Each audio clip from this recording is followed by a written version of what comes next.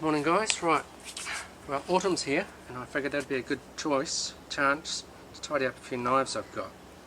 Just give them a bit of a little strop and a sharpen and an oil if need be and go over them. Now the first one I've got here is a Mora type knife. It's actually a Frost, and to be perfectly honest, I don't like it. The reason I don't like it is, well, lots of reasons. It's not full tang, stainless steel. I didn't buy it.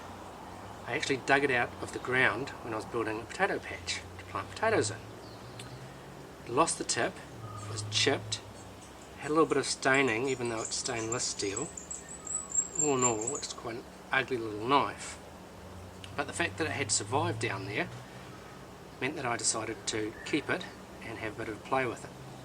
It's also a Scandi grind, which I was interested in because I didn't have a Scandi knife. So I decided to give it a go. Now, the other reason I don't really like it, well, first, it doesn't have a sheath, but it's hardly the knife's fault. The other one is that the handle is shorter than the blade, and I just don't find that aesthetic very pleasing, personally. It's light.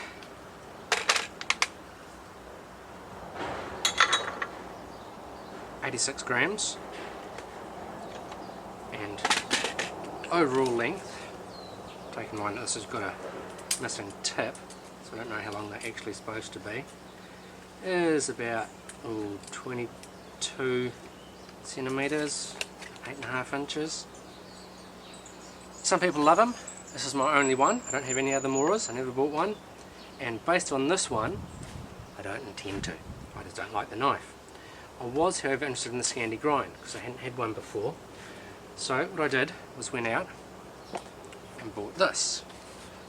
This is the Condor Bushlaw, made in El Salvador, 1075 German steel, apparently, coated with something, walnut handles, which I've modified ever so slightly to find more comfortable, and a simple leather sheath, which is actually nothing wrong with it.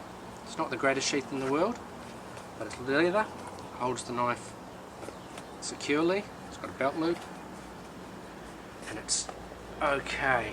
Now, this one's again fairly light, 153 grams.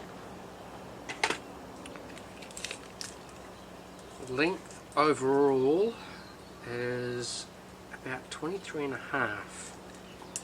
The blade being about 4.5 and the handle being just under 5. Again, not quite ideal for me. I would have liked it if the handle was a little bit shorter or the blade a little bit longer. And to be truth, I think it just needs, for me anyway, the handle to be a little bit shorter. However, as a Scandi knife, it redeemed my interest in Scandis because this one, unlike the other one, does quite well. All in all, blade is just a little bit thicker and it's a little bit, well, it sharpens up nicely. It does quite well. This, of course, got me more interested in Scandis, and I ended up with this. Now the sheath is ugly because I made it, but then I made the knife too. What this is a Gary Mills Timberwolf knife from England. Came just as a blank, just a blade, 2 green liners, a couple of lovely bolts, brass thong, and a couple of lumps of wood for the handles, which I then put together. I don't have any proper knife making tools, so it was all done by hand. Finally a sand with 1200 grit sandpaper.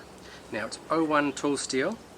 I got a special order and asked for a 5mm blade. You can buy 5mm blades ready made up, the knife all set to go, or you can buy 4mm blades, just blanks. So I got a 5mm blade made up with the blank, sent over. Now it's not perfect, mainly because I made it, so any mistakes you can see, probably mine.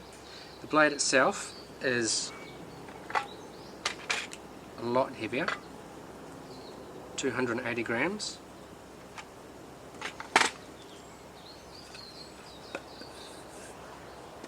It gets beautifully sharp. It's got a Scandi grind, although to be perfectly honest I suspect it's more of a Scandi Vex. Incredibly strong, beautifully sharp as I said before. Length on it, the overall length is 22, the handles 4.5, and the blade is 4. Now that might seem to break my ratio where I prefer to have a longer blade than a longer handle, but all in all I find this about perfect. I wouldn't complain if the blade was a little bit longer, but the handle seems just right for me, probably because I shaped it to fit my hand. Really good knife. Going up in size a little bit now, we have this. Now this is a Brent Sandow knife. I designed the sheath on it so that it can be worn that way, that way, that way. So essentially a four-way sheath. Leather, good thick solid sheath. Blade is a recurve. Now I designed the knife. It came out a little bit more tactical than I had intended, and also Brent changed it a little bit. He made the handle longer than I had meant it to be. It's a little bit sticking out the end that I don't think needs to be there. The blade is D2 steel. It's been coated in something called mil-spec to prevent the rust. D2 is a very hard steel, but it's not exactly stainless. Some people call it stainless. It's stain resistant, but in our weather and temperature it will rust. So he's put mil-spec on it to try and mitigate that, but it still needs maintenance. All knives really need maintenance. Also, the back was really just supposed to be a swedge, and unfortunately it's a staple. Scalpel, sorry. Weight wise,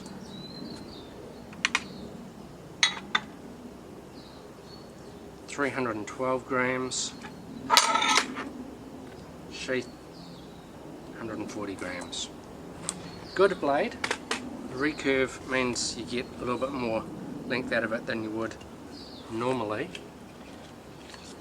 Talking about the length, we've got 5 1/4 blade, handle, sorry, and a bit over 4 1/2 blade.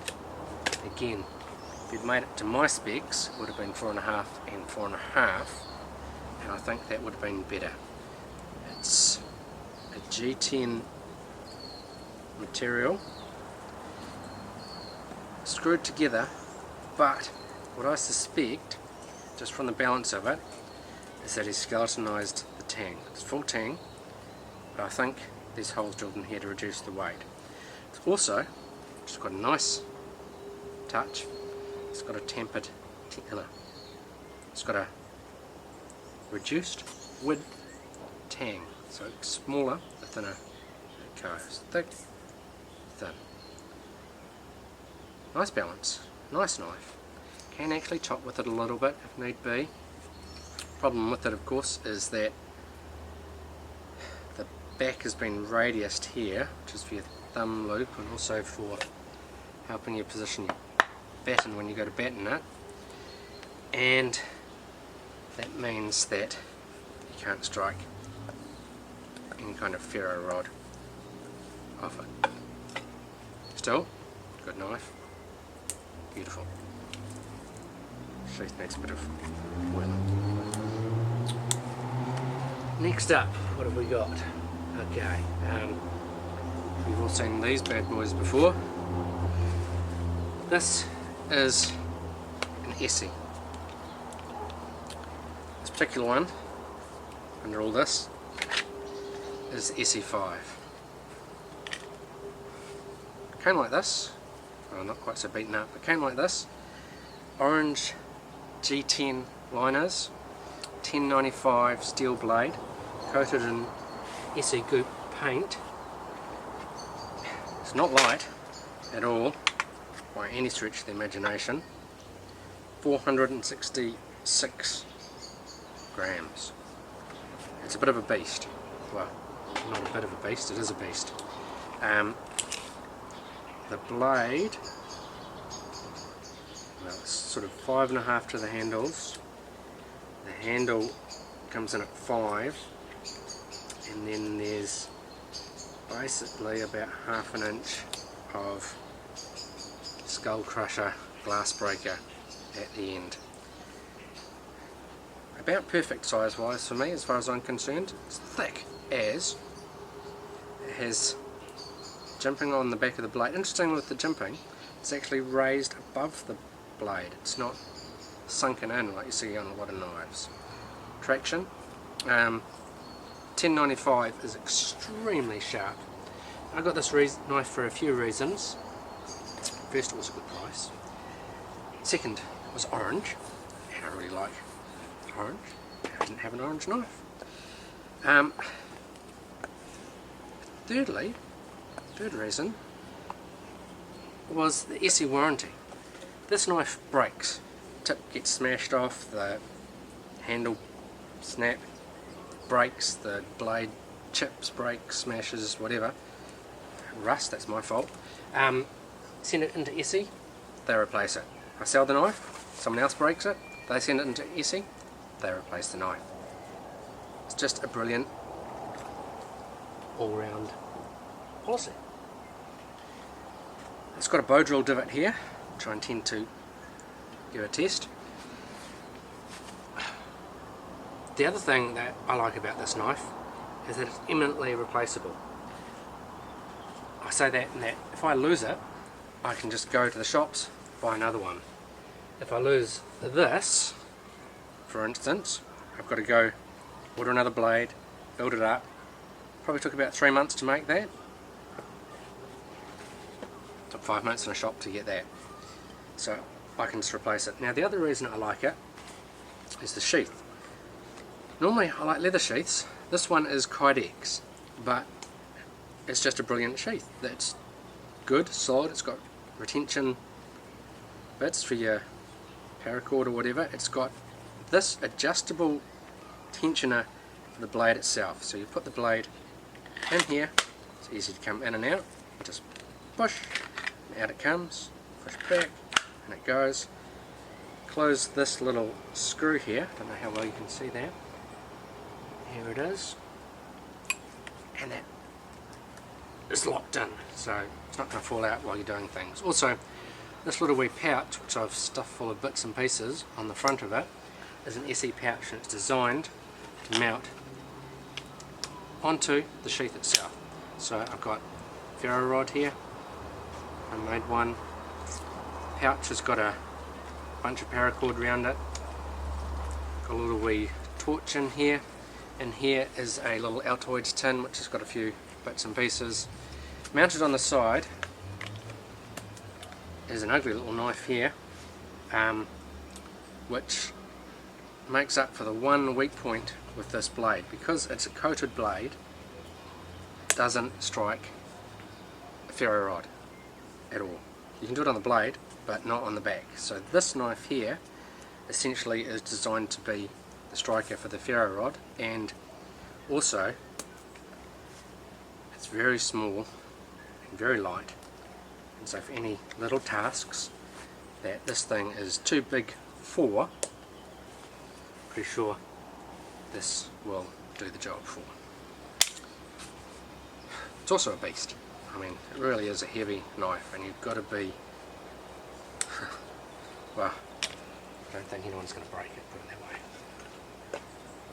But it's a good knife. Next up is